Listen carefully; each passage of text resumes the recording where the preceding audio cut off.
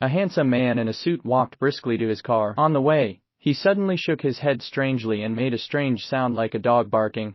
His name is Brad Cohen, and the above symptoms appeared when he was 6 years old. The doctor diagnosed him with ADHD, and said that he made strange noises, and acted strangely to attract attention, and that he would get better when he grew up. As a result, he was bullied by his classmates since he was a child, and his teachers didn't like him either. He thought he was being a fool, and always made strange noises to disturb the class. Even his father couldn't stand him, and asked him to be more restrained. Later, his parents divorced, and he and his brother Jeff lived with their mother. His mother would sell clothes everywhere, and he would tag along. If a guest talks about him, his mother will defend him firmly, and would rather not do business. He saw many doctors, but no one could explain his problem. He was very sad for his mother, who was having a harder time because of his condition. He loves playing baseball, and everyone on the field has their own little moves, so his tics and weird noises are less weird. His father would even give him a thumbs up, a rare moment of rapport. But when the game ends and his screams reappear, the father becomes irritated again.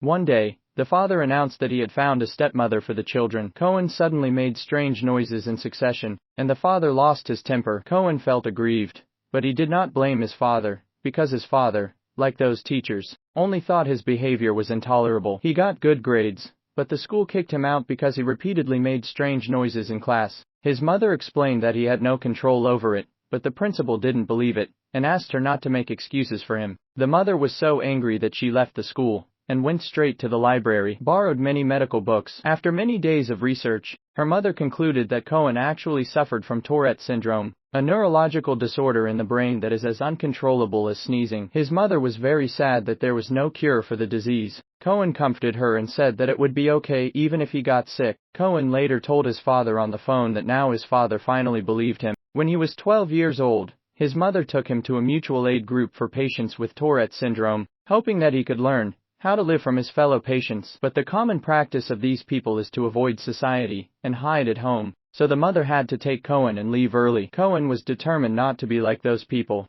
When he grew up, Cohen decided to become a teacher. He graduated from Bradley University with excellent grades, an excellent teaching performance evaluation. This glorious resume has brought him many interview opportunities, but the problem is that Tourette syndrome follows him everywhere. The more nervous and focused he is, the more serious his Tourette syndrome becomes. He then went through a series of interviews, without success because no one wanted a teacher who barked all the time. Cohen's constant barking made it difficult for him to find a job as a teacher. His father said that if Cohen was short of money, he could come to work at the construction site, but Cohen refused. He just wanted to focus on finding a job as a teacher. The look in his father's eyes was like looking at a madman. He could never understand how Cohen, who had been bullied since childhood, could always remain optimistic. Only Cohen knows the answer. That year he was kicked out of the classroom by his teacher for making strange noises, and he thought he had to transfer to another school. The principal told him that schools are used to educate students, and to use knowledge to defeat ignorance. After saying that, the principal asked him to attend the afternoon campus concert. In Cohen's mind,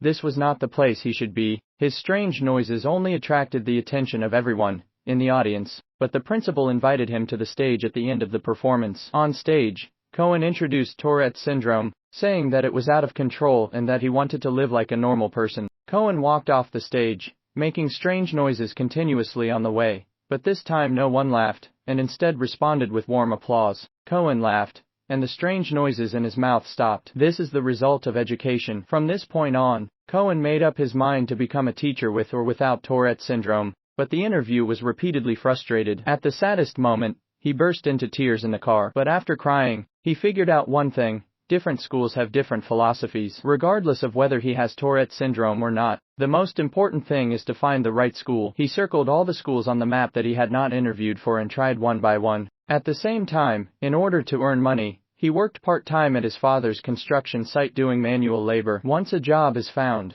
the part-time job stops, but the teacher recruiting season is quickly passing. When he was almost in despair, a call from Mountain View Elementary School rekindled his hope. The interview lasted for 2 hours, except for the first brief moment, when the topic stayed on his illness. The rest of the time the conversation focused on his educational philosophy. This interview was more relaxed than any other. Shortly thereafter, school staff conducted a second round of interviews with him. The question in this interview was very pointed. He was asked, "What is the most important thing in education?" He replied that besides literacy and math, It was about teaching students to be themselves. As for the strange noises, he said the students would find them scary at first, but once he explained Tourette's syndrome, they would understand that teachers are ordinary people who just happen to make some strange noises. Then they would focus on Cohen's status as a teacher. After the interview, there was just waiting, which felt extremely tortuous. His father advised him not to make any hope, and he angrily quit his part-time job, preferring to wait at home rather than stay with his father any longer. At this time, his brother Jeff suddenly visited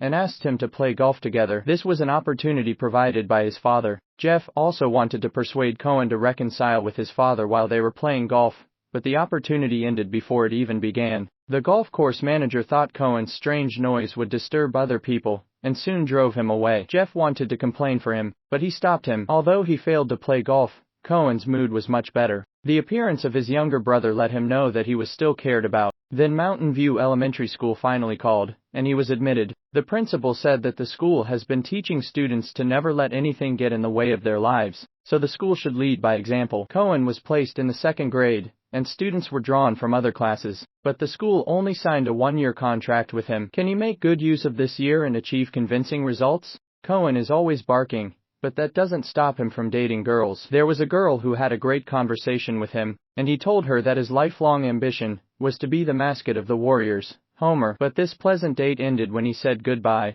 and he never asked the girl out again. And this habit of ending after just one meeting is what he calls second date syndrome. Now he is dating the girl Nancy through the dating website, and the process is still going smoothly. Nancy didn't even ask about Cohen's condition. The two focused on the fact that they both loved listening to old songs and had similar musical tastes. But when they parted, Cohen didn't make an appointment as usual. He thought the matter was over, but after he returned, he received an email from Nancy. He was excited and looking forward to it, and his contact with Nancy continued like this. For next week's class, he arranged the classroom in advance and even raised a rabbit in the classroom. In the first class, he asked the children to ask questions about Tourette's syndrome, and he answered them all. The classroom burst into laughter, and most of the students accepted Cohen. Only a boy named Thomas kept a straight face, and still called him weird. When school was over, Cohen said goodbye to every child. The children were very happy, but some parents' expressions suddenly changed because they noticed Cohen's strange behavior. The next day, a girl was forced to transfer out of Cohen's class at the request of her parents. In the subsequent geography class, under the guidance of Cohen, the children answered the questions enthusiastically, but Thomas was an exception. He has attention deficit disorder and hyperactivity disorder, and has always been the most troublesome student for the teacher. In addition, there is a girl named Heather in the class. She has short, soft hair and looks very cute, but her mother told Cohen privately that Heather kept her hair short because of chemotherapy, and hoped that Cohen could keep this secret as long as possible. In those days, Cohen often dated Nancy, who didn't care about his Tourette syndrome at all, and he was particularly relaxed because of it. It's just that things at school often make him worried. Then he decided to apply for a master's degree. Before the exam, he asked the school to prepare a separate exam room for him. This is the right of people with disabilities, but the school didn't agree, no matter what he said. Finally, he had to call his father for help. His father came quickly and settled the matter in a few words. Cohen sat in a separate examination room, but the exam situation was extremely bad. Time was limited and Tourette's syndrome was severe, so he had no time to finish the questions. After failing in the exam, he returned to school and continued teaching the children. At this time Thomas couldn't sit still, and ran out of the classroom, but Cohen did not ask him to go back immediately. Instead, he first punished Thomas for his undisciplined behavior, such as doing hygiene, then praised Thomas for his spelling skills. Thomas smiled. He had heard too many criticisms, but this was the first time he was praised. Cohen took advantage of the situation to give Thomas individual tutoring. Thomas finally understood that no matter how he performed, Teacher Cohen would never give up on him. While on vacation, Cohen took Nancy home to meet his mother. His mother took this very seriously, and invited all important relatives in the family. In his mother's mind, Nancy was already a family member, but Cohen was afraid. What if one day, Nancy regrets it? He didn't want Nancy to get hurt, and he didn't want himself to get hurt either. His mother encouraged him. There is only one thing that can hurt you, and that is if you let Tourette's drive her away. Don't let it defeat you. Then, Cohen took Nancy to meet his father. This was his first visit to his father's new home. The two had an unprecedented conversation in the yard. At this point, the father and son finally reconciled. At school, Heather was absent. Cohen organized the whole class to draw pictures and bless Heather, but the bad news still came. Heather passed away. On the day of the funeral, Cohen planned to wait outside the church, but Heather's mother made sure to let him in. When Cohen walks into a church, he still makes weird noises, but no one in the room cares. At the end of the semester, a stranger came to the school. He stood outside Cohen's classroom and carefully observed Cohen's teaching process. Later, Cohen learned that this person was an expert in the education field in Georgia, who was responsible for evaluation, and the final evaluation result was that Cohen was selected as the best teacher of the year. At the award ceremony, he first thanked his family, friends and students for their support. Then he thanked the teachers and companions who had been accompanying him. Tourette syndrome. Cohen raised the trophy. At this time, he was the well-deserved front of the class. This is the American movie, Front of the Class, released in 2008, adapted from a true story. What followed in reality was that Cohen finally received his master's degree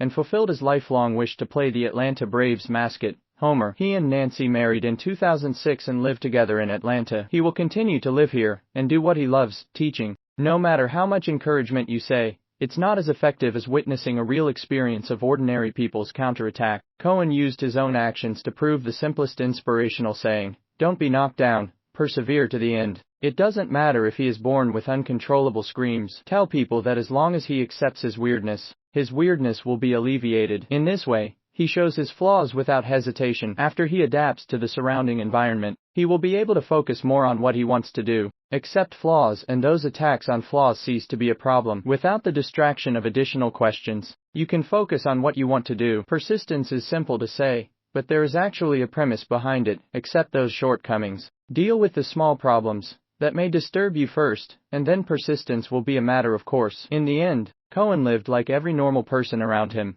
because he thought of himself as a normal person. As for the Tourette syndrome that I can't get rid of, it's just a friend that follows me everywhere. The problem actually belongs to my friend, and all he has to do is concentrate on being himself. This is an approach worth learning from. Everyone has his or her own flaws, but we may want to understand first whether the flaws are friends who accompany us, or whether they are entirely ourselves. This is HKY Movies. See you in the next movie.